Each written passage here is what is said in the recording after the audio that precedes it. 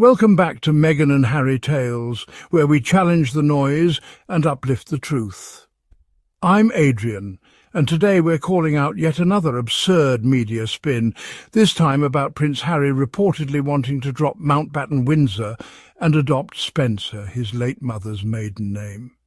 Is this really about a name, or is it about control, identity, and the royal family's uncomfortable relationship with the truth? Let's get into it. In the world of royal news, a new story has everyone talking. Prince Harry may adopt the Spencer surname, his late mother Diana's name. The idea has ignited a media frenzy, sparking fierce debate and speculation. Is this a tribute to his mother or a move to distance himself from the royal family? The story is more than a headline. It's about identity, loyalty, and the weight of legacy. Reports suggest Harry feels a deeper connection to his mother's side and wants to honour her in a personal way. Commentators are split. Some see it as defiance, others as a heartfelt gesture. The debate reveals how personal choices by royals become public property. For many, Harry is a symbol, not just a man, his decisions scrutinised through the lens of tradition. The possibility of him choosing Spencer over Mountbatten-Windsor challenges the monarchy's unwritten rules. The reaction is intense, as if the monarchy's foundations are being questioned. The Windsor name carries centuries of history. To set it aside is unthinkable for some, inspiring for others. At its core, this is a clash between tradition and progress. It's about the right to define one's own identity, even under the world's gaze. The story's power lies in its challenge to the old order. And at the centre is Harry, navigating his own path while carrying the legacy of his famous family. The world watches, divided, as he considers a name that could redefine what it means to be royal. Criticism of Harry's possible name change has been swift and harsh. Media outlets call it petty, disrespectful, and a rejection of his heritage. Critics claim he's ungrateful, stirring trouble for the monarchy. But is it truly disrespectful to honour his mother, Diana, a global icon of compassion? For Harry, adopting her name is a personal tribute, not an attack on the royal family. The backlash reveals a fear of change and a demand for conformity. The monarchy thrives on tradition. Any deviation is seen as a threat. By considering the Spencer name, Harry asserts his individuality. Critics defend not just a name, but a system that resists change. Their arguments are less about logic, more about preserving the status quo. The real story is about a man seeking authenticity, not rebellion. The criticism ignores the pain and scrutiny Harry has endured. At its heart, this is about personal growth and the right to choose one's own path. Mountbatten-Windsor is more than a surname. It's a symbol of royal duty and centuries of tradition. For Harry, it's both a birthright and a burden, tied to public expectation and personal pain. The Windsor name represents a system he feels failed to protect his loved ones. It's a reminder of a life governed by protocol, not personal feeling. The name's history is one of adaptation. Windsor replaced a German name during wartime. Mountbatten was added for Prince Philip. Royal names have always been about image and survival, not permanence. For Harry, the name is complicated, a legacy of service but also of struggle. It's a platform and a constraint, a symbol of both privilege and distress. Choosing a different name is about seeking something more personal, less institutional. It's understandable he might feel drawn to a name that reflects his true self. The debate is about more than family. It's about the meaning of identity in the modern monarchy. In contrast to Windsor, the Spencer name stands for heart, humanity and connection. Princess Diana redefined Spencer, making it a symbol of compassion and modern public service.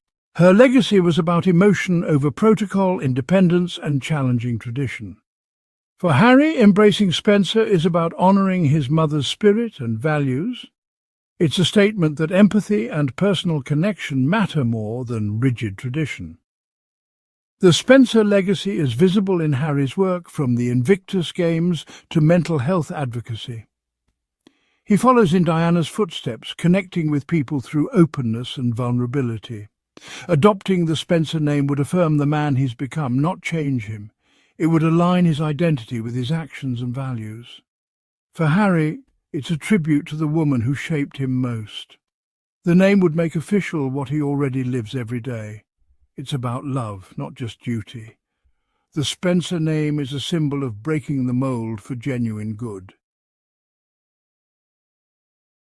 The controversy over Harry's name change exposes double standards in the royal family.